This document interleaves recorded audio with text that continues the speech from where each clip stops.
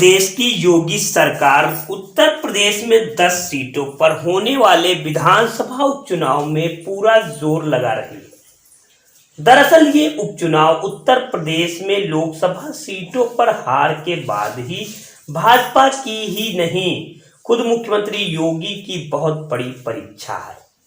अगर भाजपा ये चुनाव में बड़े अंतर से नहीं जीतती है तो ना सिर्फ ये पार्टी के लिए बड़ा झटका होगा, बल्कि योगी की साख भी दांव पर होगी।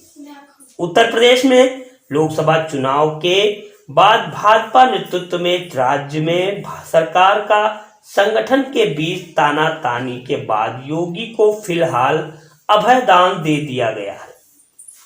लेकिन ये सभी जानते हैं कि उत्तर प्रदेश के दोनों उप मुख्यमंत्री और सीएम योगी के बीच खींची तलवार तभी वापस म्यान में नहीं गई।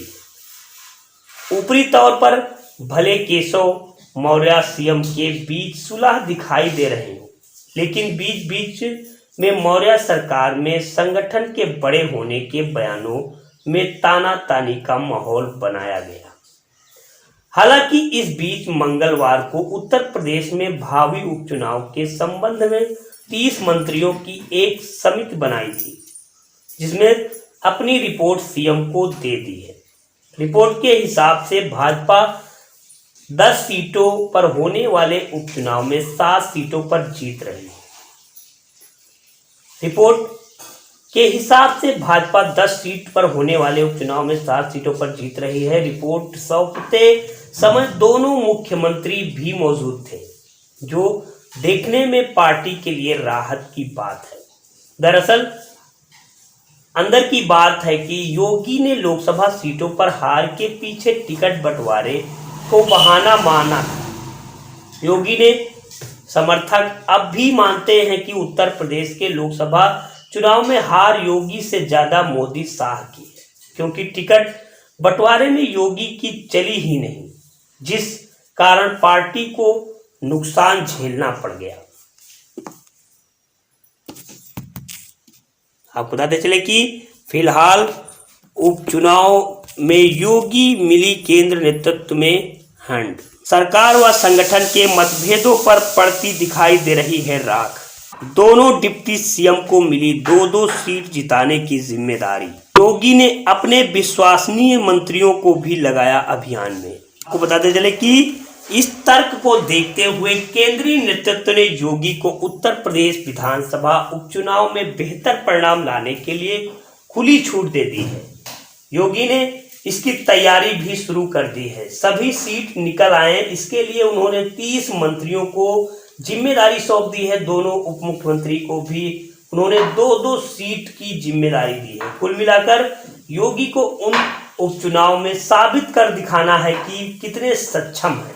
अगर उन्होंने उपचुनाव में कामयाबी हासिल कर ली तो निश्चित ही उनको बड़ा कद जाएगा, जब केशव प्रसाद मौर्य या ब्रजेश पाठक की नाराजगी का कोई मोल नहीं रह जाएगा। दुर्भाग्यवश योगी नाकाम रहे तो उनके लिए यह उपचुनाव खतरे की घंटी साबित होगी। दरअसल उत्तर प्रदेश में भाजपा के भीतर जो खरी खटखट है, अब उसे छिपाने से कोई मतलब भी नहीं रह गया। अपने मन के मालिक यूपी सीएम योगी आदित्यनाथ को उनके इलाके में किसी का हस्तक्षेप या उनकी मर्जी के खिलाफ कोई एक काम बर्दाश्त नहीं होता। ये समय समय पर वे दर्शाते रहे हैं। देखा जाए तो 2017 में योगी का यूपी का मुख्यमंत्री बनना महज संयोग था। उत्तर प्रदेश अध्यक्ष होने के नाते केशव प्रसाद मौर्य ही उसके असल दावेदार थे। केशव प्रसाद मौर्य के प्रदेश अध्यक्ष रहते ही यूपी विधानसभा का चुनाव 2017 में हुआ था। लोग मान भी रहे थे कि सपा बसपा को धूल चटाने वाले मौर्य ही सीएम बनेंगे। बताते हैं कि दूसरे नाम भी उभरे। मनोज सिन्हा तो पूरी तैयारी कर लिए थे।